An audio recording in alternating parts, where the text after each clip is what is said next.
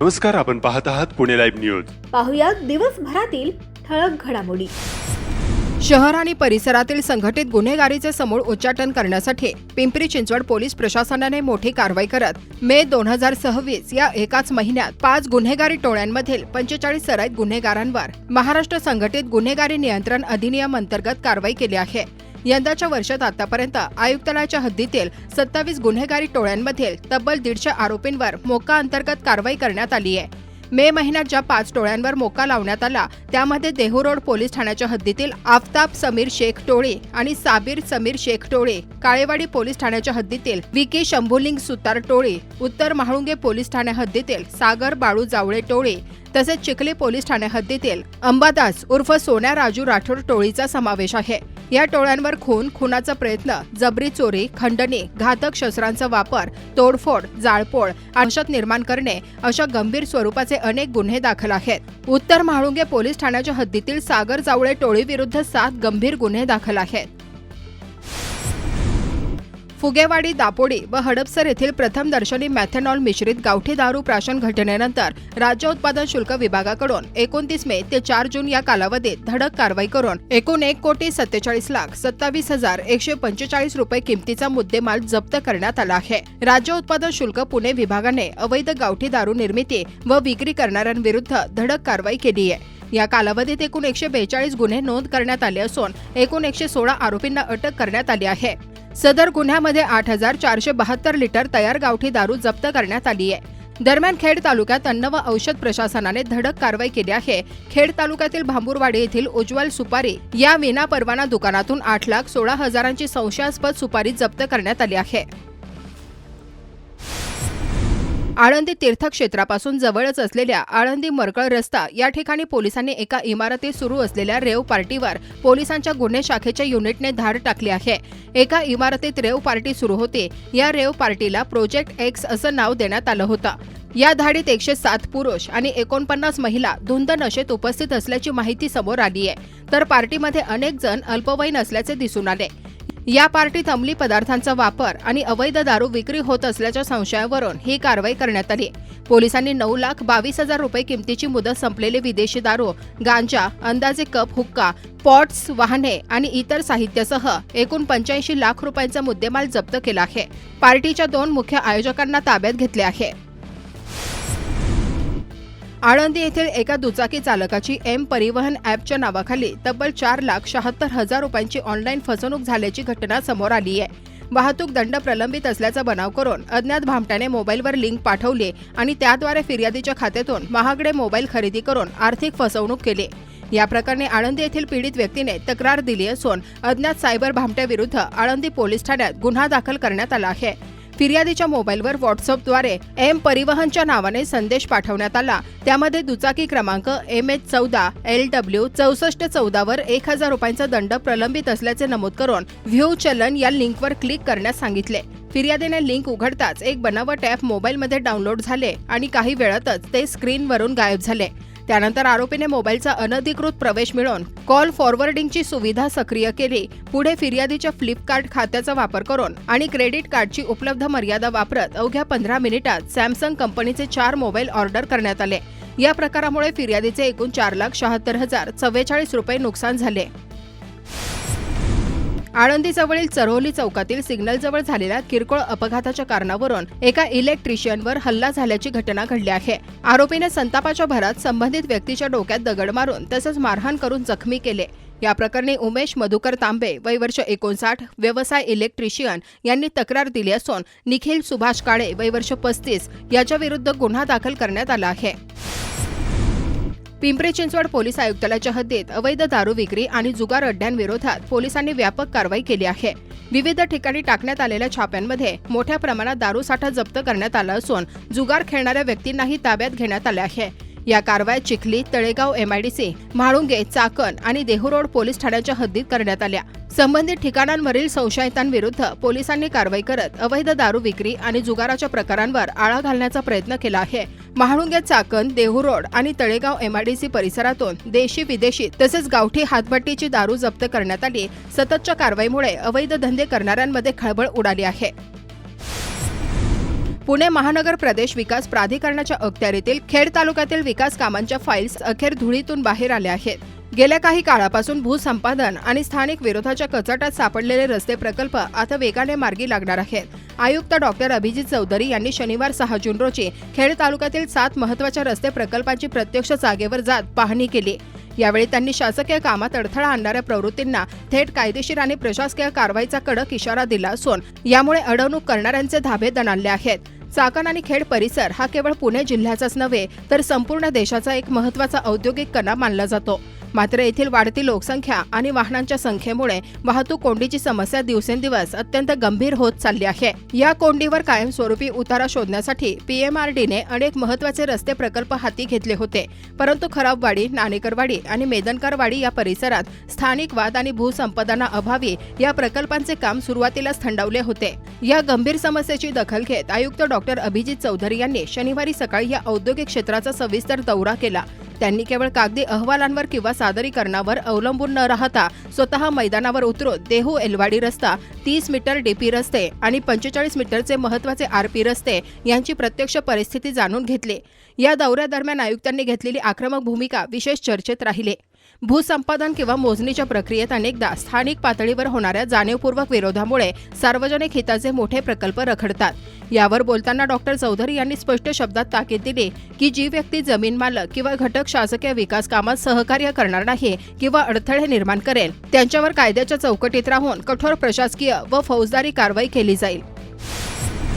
गेल्या 3 ते 4 महिन्यांपासून सुरू असलेल्या तीव्र उष्णतेमुळे आणि वाढत्या उकाड्यामुळे नागरिक त्रस्त झाले असून आता सर्वांचे लक्ष मान्सूनच्या पावसाळ्याकडे लागले आहे. मान्सूनपूर्व पाऊस खेड तालुक्याला दररोज चकवा देत आहे.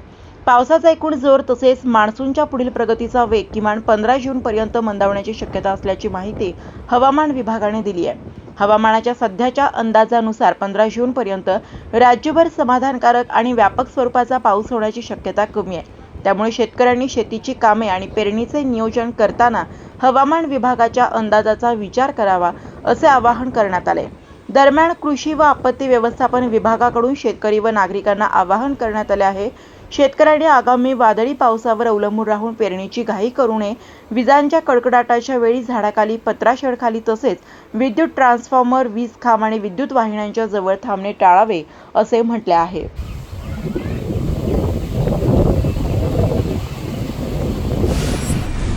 यंदाच्या कडकडीत उन्हाळ्यात अनेक गावे पाण्यासाठी वणवण करत आहेत.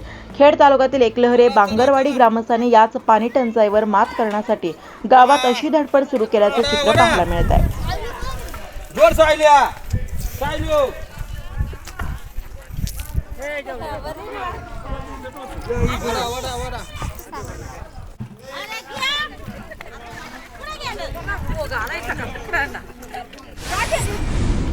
अन्नातील आणि औषधातील भेसळीबाबत थेट तुकाराम मुंढे यांच्याकडे टोल फ्री क्रमांक तसेच ईमेलद्वारे तक्रार नोंदवता येणार आहे.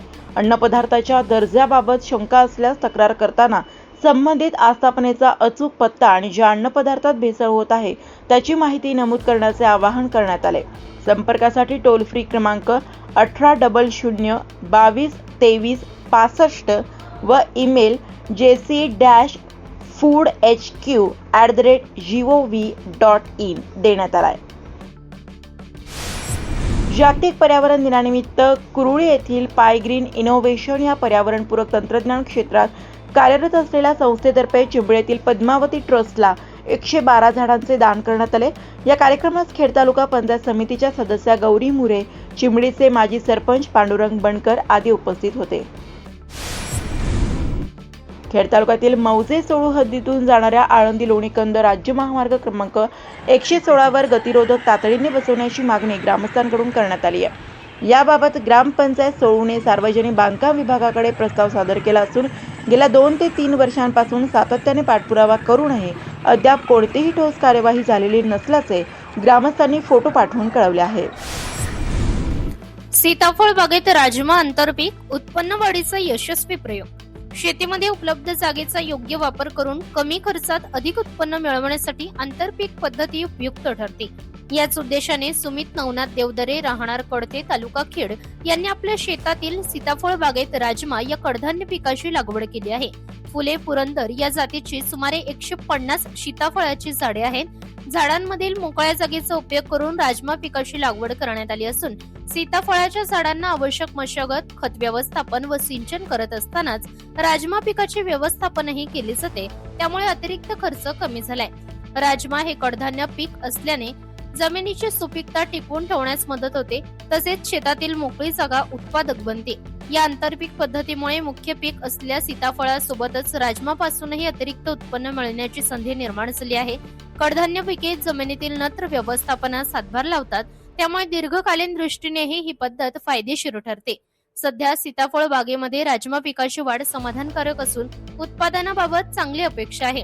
बदलत्या हवामानाच्या परिस्थितीत आणि वाढत्या उत्पादन खर्चाच्या पार्श्वभूमीवर फळबागांमध्ये आंतरपीक पद्धतीचा अवलंब केल्यास शेतकऱ्यांचे उत्पन्न वाढण्यास मदत होऊ शकते आणि इतर शेतकरी बांधवांनीही सीताफळ, डाळिंब, आंबा यांसारख्या फळबागांमध्ये योग्य आंतरपीक घेऊन उपलब्ध क्षेत्राचा अधिकाधिक उपयोग करावा, असे प्रगतशील शेतकरी सुमित देवदरे यांनी सांगितले आहे. श्रेया लॉन चाकण या ठिकाणी खेड तालुक्यातील सर्व बांधकाम व्यावसायिक यांची महत्त्वपूर्ण बैठक पार पडली. सर्व उपस्थित कॉन्ट्रॅक्टरांनी आपापल्या समस्या या ठिकाणी मांडल्या. त्यावर उपाय म्हणून संघटना तयार करण्याचा निर्णय घेण्यात आला. युद्धाच्या पार्श्वभूमीवर गॅस टंचाईमुळे बांधकाम मटेरियल तसेच कामगारांच्या पगारात प्रचंड प्रमाणात दरवाढ झाली आहे. त्यामुळे इथून पुढे कमीत कमी 1300 रुपये प्रति स्क्वेअर फूटपेक्षा कमी रेटमध्ये कोणीही काम करू नये असा निर्णय घेण्यात आला.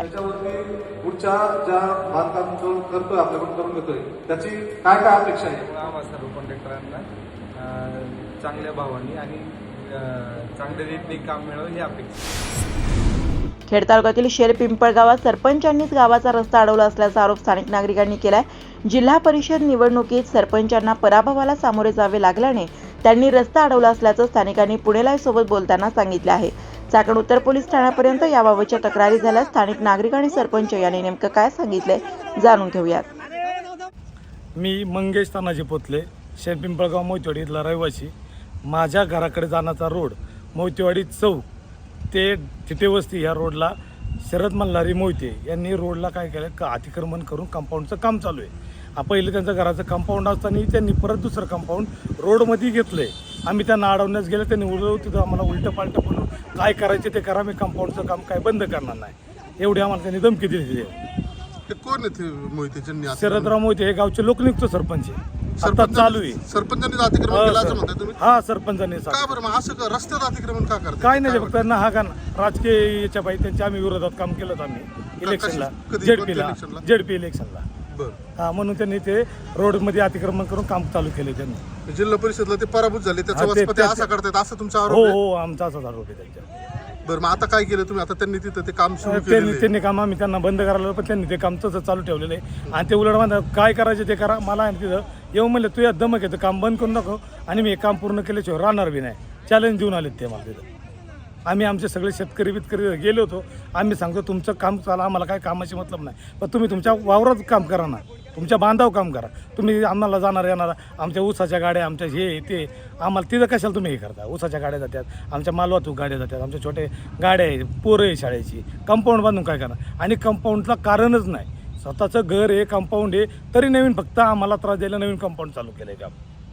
बरं हा रस्ता बंद झाल्यानंतर किती लोकांची अडचण होणार? कमीत कमी 100 ते 150 घर आहे आणि कमीत कमी 1000 लोकसंख्येची लोक आहे आमची, एवढ्यांचं आहे. आणि ही जवळजवळ 700-800 एकर जमीन आहे. लोकांची शेती ऊस आहे. आमचा ऊस त्याच रोडने निघतो. आणि आम्ही तिथं गेल्यावर त्यांचे वडील ते आम्हाला डायरेक्ट म्हणते तिथून निघ, वावर आमचं हे कर. शेवट साहेब बघा, आम्ही सर्वसामान्य, आमच्याकडे काही नाही, त्यांच्याकडे सगळं आहे. हे बघा, पण आम्हाला बी न्याय पाहिजे. आम्ही सगळ्यांकडे गेलो, आम्ही लय पत्रकारांना कॉल केले, सगळ्यांना केले, पण तुम्ही स्वतः पुणे लाईव्हवाल्यांनीच हे बाकीच्या एकही पत्रकार आम्हाला म्हणले बी नाही. मी गणेश गुलाबराव पोतले. आम्ही मोहितवाडीचे आहेत. मोहितवाडी फाटा ती थिटे वस्ती पानंद रस्ता आहे. जुन्या काळापासून साधारण 200-300-400 वर्षापूर्वीचा आहे. आणि त्या रस्त्यावरती अवलंबून 500 ते 700 एकर क्षेत्र आहे. आणि पुढं 100 घरं आहेत. आणि त्या रस्त्याने सर्वांना ये जावं करण्याशिवाय पर्याय नाही मोहितवाडी गावातील लोकांना. आणि लहान मुलांची ये जा त्या रस्त्याला अडवणूक झाल्यामुळं एक 40 वर्षापूर्वी की पूर्वेकडच्या लोकांनी काय केलं की रस्ता भाऊ आमचा आहे असं खोटं हे करून त्यांनी पहिले त्यांची मोजणी केली बाकीच्यांनी त्यांची मोजणी करतात, काही घेणं दिलं, लक्ष नाही दिलं आणि ते कपत्रक चुकीचं करून बाकीच्यांनी संमती नाही दिली त्याला. पण ते म्हणलं रस्ता आमचा आहे, तो रस्ता जमीन कोणाची तिथं बाकीच्या लोकांना काही घेणं देणं नाही, फक्त तो रस्ता कायमस्वरूपी चालू राहिला पाहिजे. तिथं उद्या कोणाची रस्ता पूर्वीपासून आहे, तिथं जमीन कोणाची आहे हे याला घेणं देणं नाही. प्रत चुकीची केली तुम्ही म्हणताय. हा रस्ता किती जुना आहे मग? रस्ता 300 वर्षापूर्वीचा आहे. मी ज्यांची वय आमच्या आठवणीमध्ये होती 100-125 वय म्हातारी लोक, ते म्हणले आमच्या आठवणीपासूनचा रस्ता अगोदरचा रस्ता आहे पूर्वीचा. मग हे पत्रक काय त्या अधिकाऱ्यांनी पैसे घेऊन चुकीचं केलं असं म्हणणं आहे तुमचं? त्यावेळेस आम्ही लहान होतो. ओके. त्यावेळेस त्यांनी मोजणी केली की बो रस्ता आमचा आहे असं म्हणणं आलं, कोणी लक्ष नाही दिलं. तुमचा आहे तो माहीत नाही, पण रस्ता बंद नाही झाला पाहिजे त्याच्यावरती. आणि त्याच्यानंतर 1986-87 साली ग्रामपंचायतीने त्याच्यावरती काम केलं होतं, निधी टाकलेला आहे. मग तो रस्ता सार्वजनिक झाला ना? हो.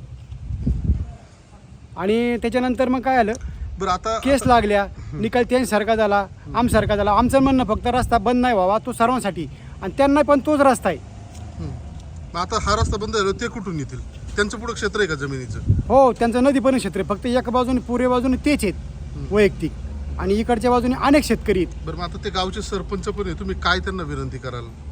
व त्यांनी सामंजस्यपणाने आहे ना सगळीकडे पाण्यात रस्ते चाललेत, आणि हा 300-400 वर्षापूर्वीचा आहे. सरपंचांनी विकास केला पाहिजे ना, की रस्ता बरोबर मोठा केला पाहिजे चांगला. तर ते रस्त्याचं आडवण बंद करतायत रस्ता, असं तुमचं म्हणणं आहे? मग अतिक्रमण करतात, रस्ता बारीक होणार, उसाच्या गाड्या जाणार नाही. आमच्याच नाही, नुसत्या अशा 100 घरावाल्यांच्या 500 क्षेत्रावर. दादा काय वाटतं त्यांनी का हे एवढा टोकाचा निर्णय का घेतला? इतक्या लोकांची तुम्ही म्हणताय, जर इतक्या लोकांची अडचण होणार आहे. बाकीचे लोक गरीब आहेत, आमच्या मोहथोडीतले सगळ्यात ते जास्त सदन कुटुंब आहे पूर्वीपासूनच. अच्छा.